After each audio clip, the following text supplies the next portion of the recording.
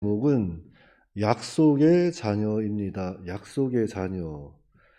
자, 앞서 바울은 동족 이스라엘이 하나님의 언약을 받은 선민으로서 구원을 받지 못하는 일에 대하여 큰 근심과 마음의 고통이 그치지 아니한다고 하였습니다. 그러니까 이 불신 동족을 향한 애통하는 마음이 바울은 늘 가지고 있었던 겁니다. 이스라엘 백성들은 자신들에게는 선민 사상이 있어서 좀 우월 의식이 있었어요. 하지만 그들에게는 또한 예수 그리스도에 대한 믿음에 대해서는 아직 깨닫지 못하고 그래서 선민 사상만 가지고 나는 하나님의 백성이니까 당연히 구원을 받을 거다. 잘못된 사상에 빠져서 살고 있었습니다.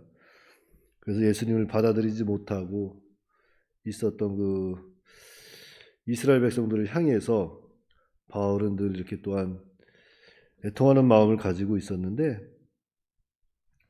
6절에 보니까 그러나 하나님의 말씀이 폐하여진 것 같지 않도다. 즉 하나님의 말씀이 폐할 리 없다는 그런 신앙의 입장에서 한 가지 새로운 것을 발견하게 되는 거예요. 하나님께서는 반드시 하나님의 백성들을 건져내십니다. 구원해 내세요. 그 말씀은 변함이 없어요. 그래서 그 말씀의 신앙의 입장에서 발견한 것이 이스라엘에게서 난 그들이 다 이스라엘이 아니요라는 거예요. 이것은 한참 앞에서도 말씀드렸지만 표면적 유대인이 아니라 내면적 유대인이 유대인이라는 것과 같은 거죠. 그러니까 혈통적으로 난 이스라엘 사람이라고 해서 다 이스라엘 사람이 아니라는 거죠. 참 이스라엘 사람은 바로 이 약속의 자녀가 바로 참 이스라엘 사람이라는 겁니다. 그러니까 이스라엘 중에서도 이 약속의 자녀가 있다는 거예요. 택함 받은 백성이 있다는 겁니다. 그 약속의 자녀가 아니면 하나님의 자녀가 아니라는 것을 이야기하는 거죠. 자, 그렇다면 그 약속의 자녀는 누구를 가리키는 것일까?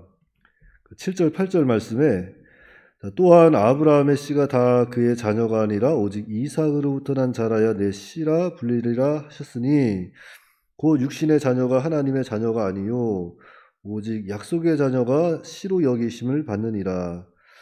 자, 흔히 이스라엘 민족 하면은 이스라엘 민족을 대변하는 말로 아브라함과 이삭과 야곱을 꼽습니다.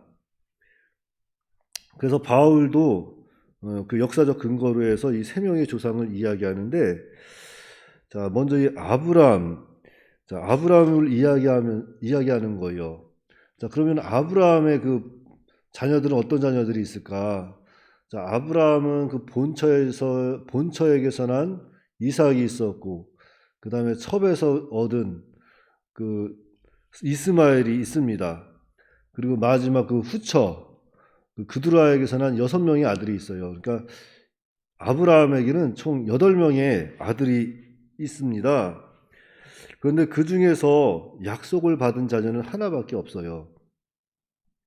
하나님께서 약속으로 준 자녀는 이삭 하나밖에 없습니다. 그리고 또 하나님 이삭이 난 자라야 내 씨라 부른다 그랬어요.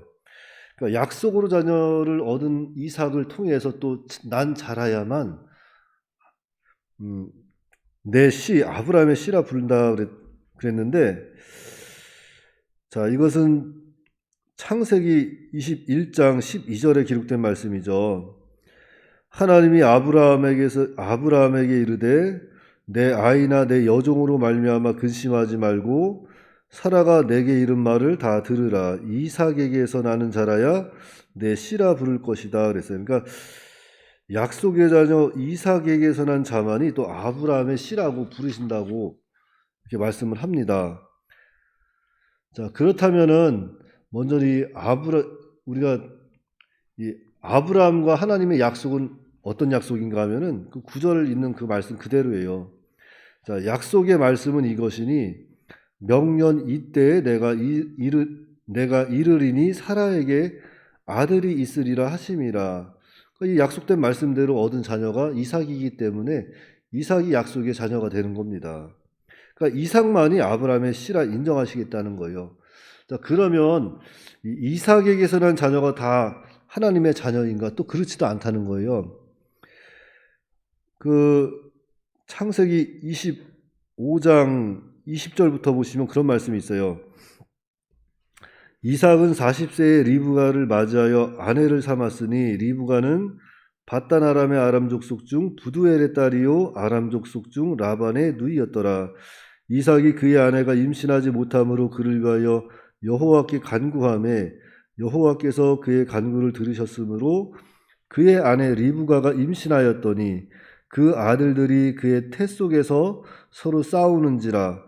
그가 이르되 이럴 경우에는 내가 어찌할꼬 하고 가서 여호와께 묻자온대 여호와께서 그에게 이르시되 두 국민이 내 태중에 있구나. 두 민족이 내 복중에서부터 나누이리라. 이 족속이 저 족속보다 강하겠고 큰 자가 어린 자를 섬기리라 하셨더라. 그러니까 이 리브가가 아이를 잉태하지 못하니까 기도한 거예요. 기도해서 하나님께서 아이를 주셨는데 쌍둥이를 주셨습니다.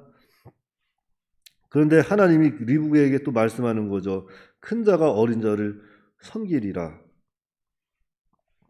그래서 이 큰 자가 어린 자를 섬기리라 이 말씀을 좀 이해하려면 이제 9장 10절부터 이렇게 보시면 잘 알아요. 자, 9장 10절부터 13절 말씀에 그뿐 아니라 또한 리브가가 우리 조상 이삭 한 사람으로 말미암아 임신하였는데 그 자식들이 아직 나지도 아니하고 무슨 선이나 악을 행하지 아니한 때에 택하심을 따라 되는 하나님의 뜻이 행위로 말미암지 않고 오직 부르시는 이로 말미암아 서게 하려 하사 리브가에게 이르시되 큰 자가 어린 자를 섬기리라 하셨나니 기록된 바 내가 야곱은 사랑하고 에서는 미워하였다 하신 것 같으니라. 자, 야곱은 사랑하고 에서는 미워했다. 이 말씀은 말라기 1장 2절 3절 있는 말씀하고 같은 말씀이죠. 그러니까 하나님이 야곱을 사랑하고 에서를 미워했다는 거예요. 자, 여기서 하나님께서 이 야곱을 사랑했다는 것은 야곱을 사랑으로 택하셨다는 얘기입니다. 야곱을 사랑으로 택하시고 에서는 버리셨다는 거예요. 그러니까 또 이 택하심에 있어서는 이들의 행위로 택한 것이 아니라 그저 하나님의 은혜로 주권적 섭리로 야곱을 사랑했다는 거죠. 그러니까 이 바울은 역사적 근거를 통해서 또 말씀을 통해서 계속 증거하고 있는 겁니다. 비록 선민 사상을 가지고 있는 이스라엘 백성이라 할지라도 예수님을 구주로 믿지 않으면 그 사람은 하나님의 백성이 아니다. 약속의 자녀가 아니다. 그것을 이야기하고 있는 거예요. 그러니까 오늘날 약속의 자녀는 누굴까요, 그럼? 바로 예수님을 구주로 믿는 사람이 다 약속의 자녀예요. 택함받은 백성입니다. 그런데 그것은 어떠한 선을 통해서 행위로 말미암지 않고 온전히 하나님의 주권적 섭리 가운데 하나님께서 선물로 주셨다는 거예요. 믿음을. 그래서 우리가 받은 믿음은 우리 어떤 행위라든지 선을 통해서가 아니라 정말로 하나님의 은혜로 값없이 거저받은 믿음이기 때문에 우리는 누구한테 자랑할 것도 없고 그저 나를 사랑으로 택하시고 건져주신 그 하나님의 은혜에 늘 감사 생활하면서 오늘 한 날도 주님 안에서 감사하며 구원받은 은혜에 감격하며 구원의 은혜를 늘 생각하며 주님과 깊이 묵상하는 중에 하나님 말씀 잘 순종하며 살아가는 저와 여러분들이 다 되시기 바랍니다. 네, 기도하겠습니다. 사랑과 은혜가 풍성하신 아버지 하나님, 은혜를 감사합니다. 하나님께서 창세전에 저희들을 사랑으로 택하여 주시고 믿음을 선물로 주셔서 하나님의 자녀가 되게 하였사오니 그 은혜가 얼마나 크고 감사한지 다시 한번 깨닫게 하여 주심을 감사를 드립니다. 참으로 저희는 하나님 앞에 설 수 없고 하나님의 사랑을 받을 수 없는 자지만 저희가 무엇이기에 하나님께서 저희들을 특별히 사랑하여 주셔서 택하여 주셨는지 우리는 알 수 없습니다.